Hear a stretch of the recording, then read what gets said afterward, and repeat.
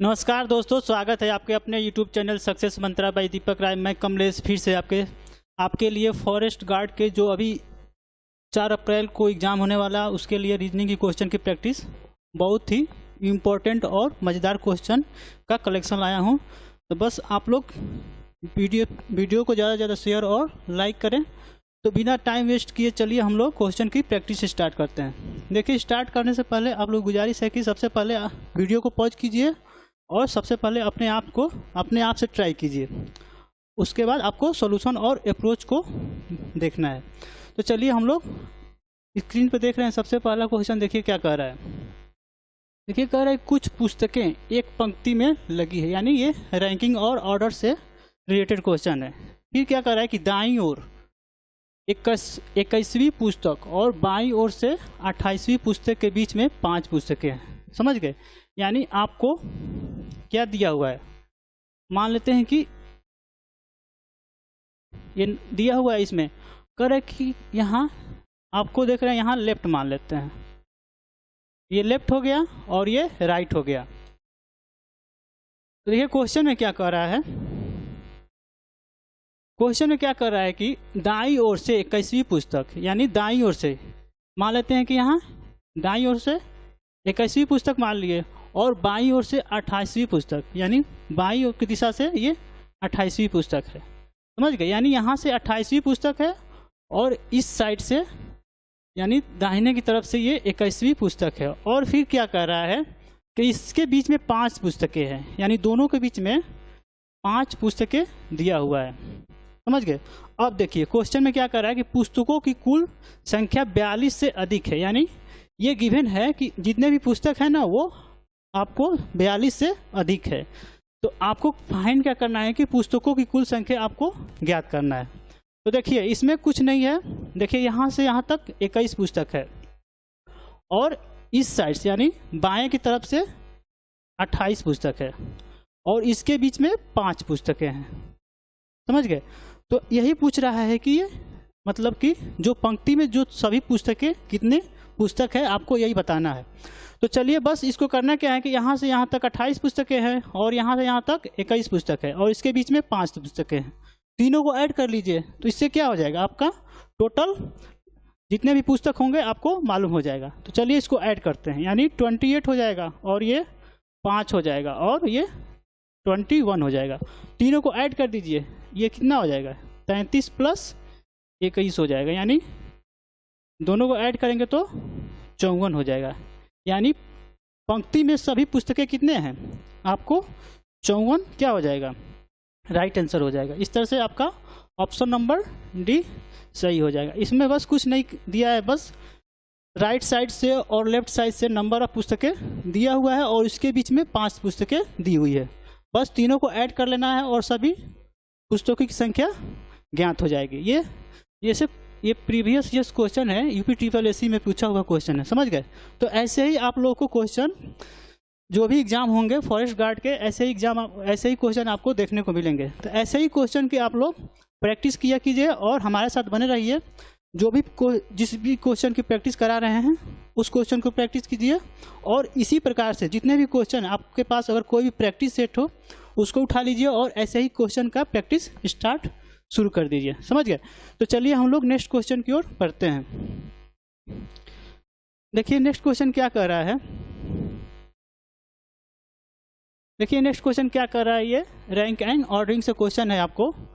यानी रैंक और इसमें क्या होता है कि देखिए अरेंजमेंट से क्वेश्चन है, यानी आपको अरेंज करना है। जो भी क्वेश्चन में इंस्ट्रक्शन दिया है ना उसको पढ़ के आपको इस जो भी ऊंचाई और जो भी हाइट की जो भी इसमें अरेंजमेंट है उसको पढ़ के आपको इसको अरेंज करना है और उसके आधार पे आपको क्वेश्चन को सॉल्व करना है। तो देखिए केले तथा नारियल के पेड़ की ऊंचाई एक समान है। समझ गए? यानी पहली पंक्ति से ये है कि यानी इसमें गिवन है कि सभी पेड़ की ऊंचाई यानी आपको गिवन है। यानी इसमें देखिए पहला क्या कर रहा है कि केला और नारियल के पेड़ की ऊंचाई आपको समान दिया हुआ, यानी केला और नारियल की ऊंचाई क्या दिया हुआ है, इक्वल है। तो सबसे पहले हम लिख लेते हैं कि यहाँ लिख लिए केला का ऊंचाई इक्वल टू नारियल की ऊंचाई। ये पहली पंक्ति से हम लोग इतना निष्कर्ष निकाल लिए, यानी दोनों की हाइट क्या है, सेम है। अब देखिए आगे पढ़ते हैं। देखिए कह रहा है कि आम का पेड़ खजूर के पेड़ से छोटा है, यानी आम का पेड़ खजूर के पेड़ से छोटा है, यानी खजूर का पेड़ आम से क्या हो जाएगा, बड़ा हो जाएगा। तो देखिए सेकेंड स्टेटमेंट के अनुसार कह क्या रहा है कि खजूर का पेड़, इसकी ऊंचाई आम के पेड़ से क्या है, बड़ा है। समझ गए। अब ये दूसरी हो गई। कह रहा है कि आम का पेड़ खजूर के पेड़ से छोटा है। अब देखिए कह रहा है कि अमरूद का पेड़ आम के पेड़ से छोटा है, यानी अमरूद का पेड़ आम के पेड़ से छोटा है। इसको क्या लिख सकते हैं कि आम क्या हो जाएगा, अमरूद के पेड़ से बड़ा हो जाएगा। कहने का मतलब यही ना, यानी आम अमरूद से बड़ा हो जाएगा। अब देखिए और क्या कह रहा है कि लेकिन केले के पेड़ से बड़ा है। अब देखिए बहुत लोगों को कन्फ्यूजन यहीं पे हो जाता है कि ये लेकिन किसके लिए यूज हुआ है, अमरूद का पेड़ या आम के पेड़। समझ गए। तो इसमें बहुत लोग कंफ्यूज हो जाते हैं और यहीं पे क्वेश्चन को गलत कर बैठते हैं। समझ गए। तो यहाँ पे आपको कंफ्यूज होने की कोई ज़रूरत नहीं है।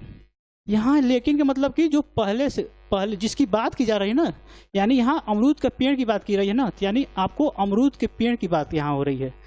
कह रहा है कि लेकिन केले के पेड़ से बड़ा है, यानी अमरूद का पेड़ केले के पेड़ से बड़ा है, यानी यहाँ क्या कर देंगे, यहाँ अमरूद का जो भी होगा वो केले से बड़ा हो जाएगा। समझ गए। अब देखिए टोटल क्वेश्चन आप लोग पढ़ लिया। देखिए क्वेश्चन में पूछ क्या रहा है कि पता लगाएं कि सबसे ऊंचा पेड़ कौन सा होगा। अब ये तीनों को आपको मिक्स कर देना है और जो भी फाइनल रिजल्ट आएगा उसके आधार पे आप लोगों को सबसे बड़ा निष्कर्ष निकालना है कि सबसे बड़ा पेड़ कौन होगा। अब देखिए आम, अमरूद, केला ये गिवन है। अब देखिए खजूर का पेड़ आम से बड़ा है, यानी यहाँ पोजीशन क्या हो जाएगा, खजूर का हो जाएगा। अब खजूर का पेड़ आम से बड़ा हो गया। अब देखिए केला और पहले स्टेटमेंट यानी पहली लाइन से क्या दिया हुआ है, केला और नारियल क्या हो गए, यानी इक्वल है, यानी ये दोनों पेड़ का हाइट क्या हो जाएगा, इक्वल है, यानी केला इक्वल टू नारियल हो जाएगा। समझ गए। यानी आपको क्या मिला, सबको मिला के आपका यही रिलेशन मिला। समझ गए। यानी सबसे बड़ा खजूर, उसके बाद आम, उसके बाद अमरूद, उसके बाद केला और नारियल आपस में क्या है, इक्वल है। तो देखिए सब कह रहा है कि सबसे ऊंचा पेड़ कौन सा हो जाएगा, यानी सबसे ज़्यादा क्या हो जाएगा, यहाँ खजूर दिया हुआ है। इस तरह से आपका ऑप्शन नंबर डी क्या हो जाएगा, राइट आंसर हो जाएगा। तो देखिए ऐसे क्वेश्चन हाइट के आधार पे आपको या वेट के, यानी कोई मतलब हाइट दे देता है, ऊंचाई दे देता है या भार दे देगा। तो ऐसे रिलेशन जो 4 या 5 लोगों के बीच में रिलेशन आपको गिवन दे देता है और आपको जो भी इंस्ट्रक्शन होता है ना, क्वेश्चन को फॉलो करना पड़ता है और उसको सॉल्व करना पड़ता है। समझ गए। तो आई होप आप लोग कोई दिक्कत नहीं होगी। बस आप लोगों को करना क्या होता है कि जो छोटी छोटी पॉइंट होती है ना, जो नोटिसेबल पॉइंट होती है, जैसे यहाँ क्या हुआ, अमरूद का पेड़ की यहाँ लेकिन किसके यहाँ जिक्र कर रहा था, केले के पेड़ से जिक्र कर रहा था। तो ऐसे ऐसे छोटे छोटे पॉइंट वो आपको वहाँ नोट करना है, यानी वहाँ आपको इम्पोर्टेंस देना है। अगर ऐसे छोटी गलतियाँ नहीं करेंगे तो आप ऐसे क्वेश्चन को बना पाएंगे। तो चलिए हम लोग नेक्स्ट क्वेश्चन की ओर बढ़ते हैं। यानी देखिए नेक्स्ट क्वेश्चन क्या कर रहा है, देखिए इसमें क्या आ रहा है कि मिरर इमेज आपको फाइंड आउट करना है। तो देखिए इसमें मिरर इमेज में देखिए क्या होता है कि जो भी मिरर इमेज में होता है क्या है कि इसमें अगर मिरर किसी भी ऑब्जेक्ट का मिरर इमेज फाइंड करना होगा तो आपको सबसे पहले ये बात मालूम होनी चाहिए कि मिरर इमेज में लेफ्ट का राइट हो जाता है और राइट का लेफ्ट होता है, लेकिन जो ऊपर नीचे का उसमें कोई बदलाव नहीं होता है। समझ गए। बस आपको ये बात दिमाग में रखनी है, आप कैसे भी मिरर इमेज, कैसे भी ऑब्जेक्ट का मिरर इमेज पूछेगा तो आप लोग इजीली कर पाएंगे। समझ गए। यानी लेफ्ट का राइट हो जाता है और राइट का लेफ्ट हो जाता है, लेकिन ऊपर नीचे जो भी शेप रहता है ना उसका वैसे ही रहता है। तो देखिए इस ऑब्जेक्ट जो गिवन है इसका आपको मिरर इमेज फाइंड आउट करना है। तो देखिए यहाँ देखिए ये सेम टू सेम है। अब देखिए इसके आधार पे अगर मिरर इमेज फाइंड आउट करेंगे, यानी ये जो एरो है ना ये क्या हो जाएगा, आपको इस साइड होना चाहिए, और ये क्या है ऊपर नीचे वाला शेप हमेशा ऐसे ही एज इट रहेगा। तो देखिए इसमें क्या है, इसमें तो है ही नहीं और इसमें आपको ये होगा ही नहीं। तो देखिए इसमें क्या, देखिए एरो वाला क्या कर दिया है, ये आपको राइट साइड था तो इसको लेफ्ट साइड कर दिया। समझ गए। तो इस तरह से आपका मिरर इमेज क्या हो जाएगा, ऑप्शन नंबर डी आपका मिरर इमेज हो जाएगा। तो देखिए अगर मिरर इमेज का क्वेश्चन आया ना तो सबसे पहले यही आपको पॉइंट नोट करना है दिमाग में कि जो लेफ्ट का राइट हो जाता है और राइट का लेफ्ट हो जाता है, लेकिन ऊपर और नीचे वाले भाग वैसे ही रहते हैं, उसमें कोई परिवर्तन नहीं होता है, समझ गए। और देखिए वाटर इमेज में क्या होता है, जस्ट इसका अपोजिट होता है, यानी ऊपर नीचे चेंज होता है लेकिन लेफ्ट और राइट वैसे ही रहता है, समझ गए। तो दो टाइप के क्वेश्चन पूछे जाते हैं इमेज में, तो आपको ये बात ध्यान में रखनी होगी, समझ गए। तो आई होप आप लोग कोई दिक्कत नहीं होगी, ऐसे क्वेश्चन आप लोग आसानी से अब सॉल्व कर पाएंगे। चलिए हम लोग नेक्स्ट क्वेश्चन की ओर बढ़ते हैं। देखिए नेक्स्ट क्वेश्चन क्या कह रहा है, डाइस से रिलेटेड क्वेश्चन है, बहुत ही इंपॉर्टेंट टॉपिक है। इस टॉपिक से हर एक एग्जाम में 1 या 2 क्वेश्चन हमेशा पूछे ही जाते हैं। तो चलिए देखिए क्वेश्चन पढ़ते हैं क्या कह रहा है। कह रहा है किसी पासे की 4 स्थितियां आपको नीचे दर्शाई गई हैं। यदि पासे की ऊपर की संख्या 2 है, यानी पासे की ऊपर की संख्या आपको 2 दिया हुआ है, तो आपको फाइंड आउट क्या करना है कि पासे की निचली संख्या का आपको पता लगाना है। यानी क्वेश्चन यहाँ कहने का मतलब ये है कि 2 का अपोजिट आपको फाइंड आउट करना है, समझ गए। तो इसमें 2 का अपोजिट फाइंड आउट करने के लिए देखिए 4 इसमें आपको अरेंजमेंट दिया हुआ है, तो चारों अरेंजमेंट का यानी चारों डाइस का यूज करके आपको 2 के अपोजिट कौन संख्या होगी आपको फाइंड आउट करना होगा। तो देखिए इसमें चारों डाइस का यूज करना कोई ज़रूरी नहीं है। सबसे पहले आपको ऐसे डाइस का यूज मतलब ऐसे डाइस को आपको यहाँ पिकअप करना है कि जो हमको सॉल्व करने में यानी हेल्प करे। तो देखिए सबसे पहला और थर्ड वाला डाइस को पकड़ते हैं, समझ गए। अब देखिए पहले डाइस में क्या है, इसमें भी 4 कॉमन है, इसमें भी 4 कॉमन है, समझ गए। तो आप लोग रूल पढ़े होंगे कि अगर 2 डाइस में अगर एक फलक समान हो यानी एक फेस की वैल्यू समान हो, तो उसमें होता क्या है कि वहाँ से एक उसका क्लॉकवाइज आपको मूव करना पड़ता है, समझ गए। यानी क्लॉकवाइज मूव करने के बाद जो संख्या उसके सामने आएगी ना, वही क्या हो जाएगी, उसके अपोजिट संख्या हो जाएगी, वो अपोजिट फेस हो जाएगी यानी अपोजिट फलक हो जाएगी। तो देखिए यहाँ 4 का क्या हो जाएगा, 4 से स्टार्ट करते हैं, तो 4 का क्या हो जाएगा, 4 से 4 स्टार्ट कर रहे हैं। अब देखिए 4 को यहाँ क्लॉकवाइज आपको मूव करना है, यानी 4 पोजीशन से आपको क्लॉकवाइज साइज में मूव करना है। तो ऐसे मूव करेंगे तो 4 के बाद क्या आ जाएगा, 5 आ जाएगा, फिर 5 के बाद क्या आ जाएगा, 1 आ जाएगा, समझ गए। यानी इसको कर दिए। अब देखिए इसी को ऐसे ही मूव करना है। अब यहाँ 4 है, इसका इसमें भी 4 कॉमन था और इसमें भी 4 कॉमन था। 4 को कांस्टेंट रखना है, उस पोजीशन से आपको क्लॉकवाइज आपको मूव करना है, यानी घड़ी की दिशा में आपको मूव करना है। तो 4 के बाद यहाँ क्या आ रहा है, 6 आ रहा है। यहाँ 4 के बाद 5 आया था, तो इसके नीचे आपको 6 लिख देना है। फिर 6 के बाद 3 आ जा रहा है, समझ गए। अब देखिए आप जानते हैं कि डाइस में 6 नंबर होते हैं, 1 2 3 4 5 6। अब देखिए यहाँ क्या क्या यूज हुआ है, 4 का यूज हुआ है, 5 6 यूज हुआ है और 1 3 यूज हुआ है। बचा क्या, 2 बचा हुआ है, समझ गए। यानी आपको यहाँ 4 के अपोजिट क्या हो जाएगा, जो संख्या बच जाएगी वही क्या हो जाएगा, जो कॉमन रहेगा, यानी जो हिडन संख्या होगी ना। अब हिडन संख्या क्या है, यहाँ पे 2 संख्या है, यानी 2 हो जाएगी यहाँ पे। यानी 4 का अपोजिट क्या हो जाएगा, यहाँ 2 हो जाएगा, समझ गए। तो देखिए क्वेश्चन में क्या पूछ रहा है कि आपको पासे के ऊपर की संख्या 2 है, तो आपको इसके निचली संख्या का पता लगाना है। तो 2 का अपोजिट क्या हो जाएगा, 4 हो जाएगा, यानी इसके निचली संख्या क्या हो जाएगी, 4 हो जाएगी, समझ गए। तो इस तरह से आपको ऐसे क्वेश्चन को अप्रोच करना है, समझ गए। तो ऐसे अप्रोच करेंगे तो आप लोग इस आसानी से ऐसे क्वेश्चन को सॉल्व कर पाएंगे। तो इस तरह से आपका ऑप्शन नंबर भी क्या हो जाएगा, राइट आंसर हो जाएगा। मैं ऐसा करता हूं कि आप लोग कोई दिक्कत नहीं होगी। चलिए हम लोग नेक्स्ट क्वेश्चन की ओर बढ़ते हैं। देखिए नेक्स्ट क्वेश्चन क्या कह रहा है। हाँ दोस्तों, अगर चैनल पे नए हो तो चैनल को सब्सक्राइब अवश्य करें और वीडियो को ज़्यादा से ज़्यादा लाइक और शेयर कीजिए, ताकि हम लोग ऐसे ही क्वेश्चन की प्रैक्टिस आप लोगों को प्रोवाइड कराते रहें समय टू समय। चलिए देखिए ये क्वेश्चन में क्या कर रहा है कि आपको विलुप्त संख्या आपको प्राप्त करना है, यानी यहाँ आपको क्वेश्चन मार्क्स दिया होगा, यही संख्या आपको फाइंड आउट करना है। तो देखिए सबसे पहले आपको जो भी संख्या दी हुई है, सबसे पहले आपको इसमें दोनों के बीच में रिलेशन फाइंड आउट करना होता है। अगर वही रिलेशन, उसी के आधार पर आपको क्वेश्चन मार्क्स को यानी भरना पड़ेगा। तो देखिए यहाँ 9 के बाद 17 आ रहा है। तो देखिए 9 के बाद 17 कब आएगा, यानी 9 का अगर 2 गुना कर देते हैं, 9 दूनी 18, 18 में से 1 माइनस करेंगे तो क्या आ जाएगा, 17 आ जाएगा। यानी यहाँ अगर देखिए, अगर 9 को 2 से मल्टीप्लाई करेंगे और उसमें 1 माइनस कर देंगे तो कितना आ जाएगा, 17 आ जाएगा।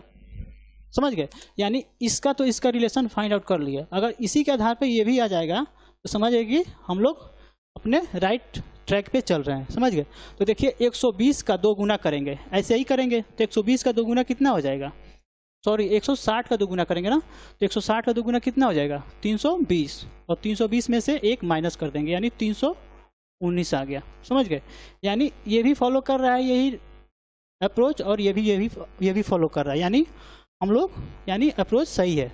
अब जस्ट आपको इसी का यूज करके इसको फाइंड आउट कर लेना है।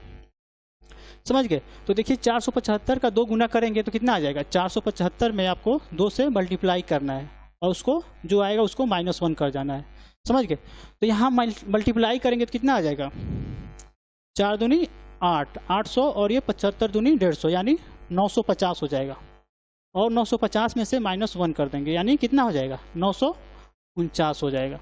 समझ गए, तो इस तरह से आपका यहाँ क्वेश्चन मार्क की जगह पर क्या हो जाएगा, 949 आपका राइट आंसर हो जाएगा। इस तरह से आपका ऑप्शन नंबर भी, ऑप्शन नंबर सी क्या हो जाएगा, आपका करेक्ट आंसर हो जाएगा। आई होप आप लोग समझ गए होंगे कि मैंने ऐसे क्वेश्चन को कैसे अप्रोच करते हैं। समझ गए, तो इस तरह से आपका right answer option number C हो जाएगा।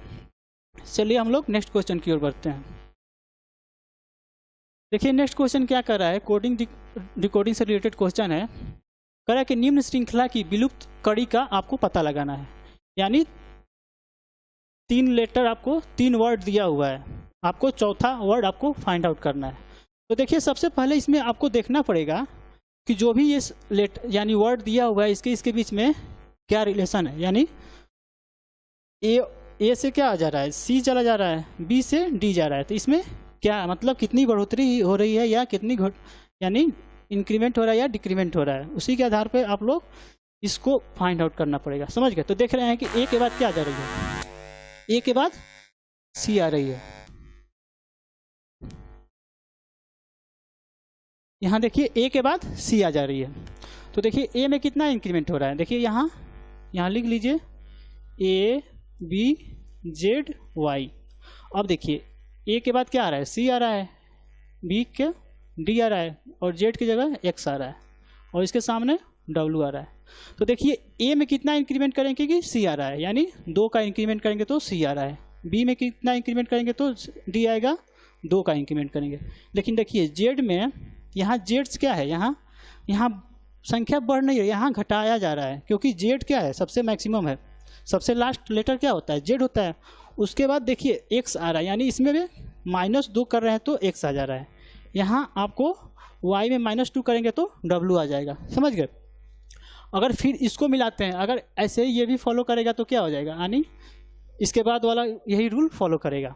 तो सी के बाद अगर 2 को इंक्रीमेंट करेंगे तो ई आ जाएगा, डी में 2 का इंक्रीमेंट करेंगे तो एफ आ जाएगा, एक्स में -2 करेंगे तो वी आ जाएगा, और डब्ल्यू में -2 करेंगे तो यू आ जाएगा। यानी सेम यही आपका पैटर्न फॉलो कर रहा है। तो अब बस इसमें भी आपको क्या करना पड़ेगा, अप्लाई करना पड़ेगा। तो देखिए इसमें अप्लाई करते हैं, देखिए ई के बाद 2 बढ़ाएंगे तो क्या हो जाएगा, जी आ जाएगा, और एफ में 2 बढ़ाएंगे तो क्या हो जाएगा, एच आ जाएगा। तो जी एच देखिए कौन सा ऑप्शन मैच कर रहा है, जी एच आपका ऑप्शन नंबर डी मैच कर गया। समझ गए, तो आगे चेक करने की कोई ज़रूरत नहीं है, जी एच टी एस हो जाएगा, यानी आपका चौथा यानी वर्ड क्या हो जाएगा, जी एच टी एस हो जाएगा। इस तरह से आपका ऑप्शन नंबर डी क्या हो जाएगा, राइट आंसर हो जाएगा। समझ गए, तो बस आपको करना क्या होता है कि इसके बीच में आपको जो प्रीसीडिंग टर्म है और जो सक्सीडिंग टर्म है, यानी पिछले और अगले टर्म के बीच में आपको जो लेटर दिया होता है उसके बीच में रिलेशन फाइंड आउट करना होता है। समझ गए, उसी के आधार पर जो भी पूछता है उसके आधार पर आपको ज्ञात करना पड़ता है। समझ गए, तो आई होप आप लोग समझ गए होंगे। इंडिया के सबसे लार्जेस्ट प्लेटफॉर्म पे आप लोग अगर किसी भी एग्ज़ाम की तैयारी करना चाहते हैं तो देखिए यहाँ दीपक राय सर के द्वारा फ्री क्लासेज आप लोगों को प्रोवाइड कराया जाता है, तो आप लोग इनको फॉलो कर सकते हैं और फ्री क्लासेस की आप लोग मतलब कि फ़ायदा उठा सकते हैं। और देखिए जितने भी उत्तर प्रदेश स्टेट से रिलेटेड जितने एग्ज़ाम होते हैं आप लोगों को यहाँ प्रोवाइड कराया जाता है। यूपीएससी की तैयारी यूपीटीपीएससी की तैयारी करना चाहते हैं तो 8 मंथ के लिए कंप्लीट कोर्स आप लोगों को टॉप एजुकेटर के द्वारा गाइडेंस में आपको यहाँ प्रोवाइड कराया जाएगा। तो बस आप लोग को यहाँ देखिए, यहाँ पे अगर आप लोग, इसमें होता है क्या है कि आप लोग को मेंस यानी आपको प्री के साथ साथ आपको मेंस और ऑप्शनल जो भी सब्जेक्ट होता है उसकी भी तैयारी कराई जाती है, जिसमें आपको जियोग्राफी और पब्लिक एडमिनिस्ट्रेशन, इसके साथ साथ आपको हिस्ट्री की भी यहाँ क्लास ऑप्शनल की कराई जाती है। समझ गए? तो देखिए इसका फीस क्या होता है, फीस स्ट्रक्चर आप लोग जान जाइए। देखिए फीस स्ट्रक्चर इसका ये है कि आपको 7,000 रुपये में आपको 12 महीने के लिए आप लोग ये कोर्स वैलिड होता है। अगर आप लोग अगर आप लोग डिस्काउंट चाहते हैं तो सक्सेस मंत्रा रेफरल कोड यूज करके आप लोग यहाँ 10% डिस्काउंट पा सकते हैं, और 6300 में आप लोग जो भी एग्ज़ाम होते हैं आपके लिए प्री मेंस और भी जितने भी इतने कम दाम में इस प्लेटफॉर्म पे आप लोग इसका फ़ायदा उठा सकते हैं। तो चलिए हम लोग नेक्स्ट क्वेश्चन की ओर बढ़ते हैं। नेक्स्ट क्वेश्चन क्या कर रहा है इसमें, पर देखिए कह रहा है कि यदि रिकमेंडेशन को कूट में यानी कमेंडेशन ER लिखते हैं तो आपको उसी कूट को यूज करते हुए रिम्यूनरेशन को कैसे लिखेंगे। तो देखिए सबसे पहले इसमें किया क्या गया है कि रिकमेंडेशन को क्या लिखा गया है, इसी लेटर को यूज करके आपको क्या किया है कि इसमें लेटर को आपका इधर उधर कर दिया है। देखिए कमेंडेशन यानी ये वाला पार्ट आपको लिख दिया है, और जो शुरू वाला है ना लेटर, इसमें आपको इसका जस्ट अपोजिट करके ऐड कर दिया लास्ट में। तो बस आपको करना क्या है कि इसी का भी यही सेम टू सेम प्रोसीजर अपनाना है। देखिए 2 लेटर छोड़ दीजिए, और 2 लेटर छोड़ने के बाद उसको वैसे ही एज इट लिख दीजिए, और उसके बाद लास्ट में करना क्या है कि आपको इसको जस्ट रिवर्स कर दीजिए, और यहाँ ER यानी RE है तो यहाँ आपको ER करना पड़ेगा। समझ गए? तो देखिए अगर ये मैच कर गया, यानी देखिए यहाँ कौन सी मैच कर रहा है, देखिए यहाँ आपका ऑप्शन नंबर D मैच कर रहा है। तो देखिए ऐसे क्वेश्चन में क्या होता है कि आपको जो गिवन वर्ड होता है ना, उसी का लेटर इधर उधर करके आपको दे दिया होता है। आपको बस वही फाइंड आउट करना है कि कौन से लेटर कहाँ अरेंजमेंट किया होगा। उसी के आधार पे आपको जो भी लेटर पूछेगा यानी जो भी वर्ड पूछेगा उसको आपको उसी के हिसाब से अरेंज कर देना पड़ता है।